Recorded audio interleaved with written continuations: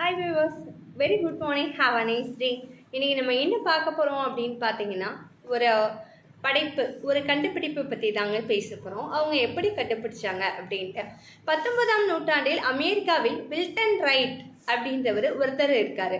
அவர் மாகாணத்தில் வசித்து வர்றாங்க. அவர் ஒரு கிறிஸ்துவ ஃபாதர்னு கூட சொல்லலாம்.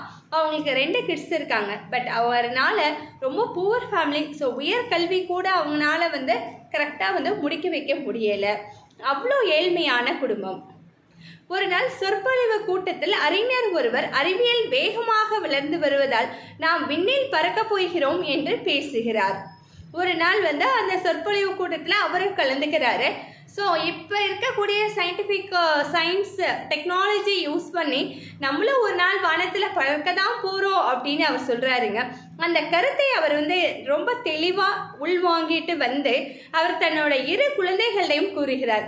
அந்த 2 பேரும் ட்வின்ஸுங்க. அதாவது அவர் அதை தன் 2 குழந்தைகளும் புரியும்படியாக, சின்ன பசங்களையா புரியுற மாதிரி சொல்லணும் இல்லையா? ஸோ தேவதைகள் கூட பறக்கும் தன்மை உடையன அப்படின்னு சொல்றாரு. தேவதைகள்லாம் யாரப்பா அப்படின்னு அந்த குழந்தைகள் கேட்குது. ஃபார் எக்ஸாம்பிள் பறவைகள் எப்படிப்பா வானத்தில் பறக்குது, அதே மாதிரி தேவதைகள் கூட பறப்பாங்க அப்படின்னு சொல்றாரு. பறவைகள் பறப்பதை கண்டு ரசித்து ஆராய்ச்சி செய்தனர் அந்த 2 குழந்தைகளும். நல்லாவே ஆராய்ச்சி செய்கிறாங்க. இன்று விமானம் என்ற ஒன்றை கண்டுபிடித்து வானில் பறக்க விட்டனர் இவர்கள் தாங்க. இப்போ தெரிஞ்சிச்சு அது யாருன்னு சொல்லிட்டு. ஆமாங்க, ரைட் சகோதரர்கள் தான். Orwell right and Wilbur right அப்படின்றவங்க தாங்க.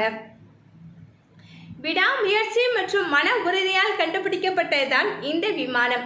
பறவைகள் எவ்வாறு மேலே பறக்கின்றன, இதுபோல் நாமும் பறக்கவிட வேண்டும் என்று மேலும் மேலும் ஆராய்ச்சி செய்து ரொம்ப புவர் ஃபேமிலி, ஏழ்மையான குடும்பத்தில் பிறந்திருந்தாலும் கூட அவர்கள் விடாமுயற்சியுடன் மன உறுதியுடன் அதனை செய்ததால் தான். அதனாலங்க டேக் ஹோம் மெசேஜ் என்னன்னு பார்த்தீங்கன்னா, ஒரு செயலை செய்வதற்கேற்ற உறுதி என்பது அந்த செயலை செய்பவரின் மன உறுதியே ஆகும். மன உறுதி மட்டும் இருந்தால் மற்றவை தானாக சேரும். மித்தது என்னங்க இருக்கு, விடாமுயற்சி இருக்கு அப்படின்னா வெற்றி தானாக சேரும்.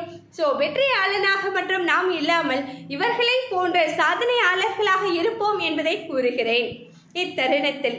So bye viewers, have a nice day. இது பிரைம் எக்ஸல்ஸின் உங்கள் ரமாயப்பொழுது உங்களுடன் இணைந்திருப்பது. Bye, have a great day.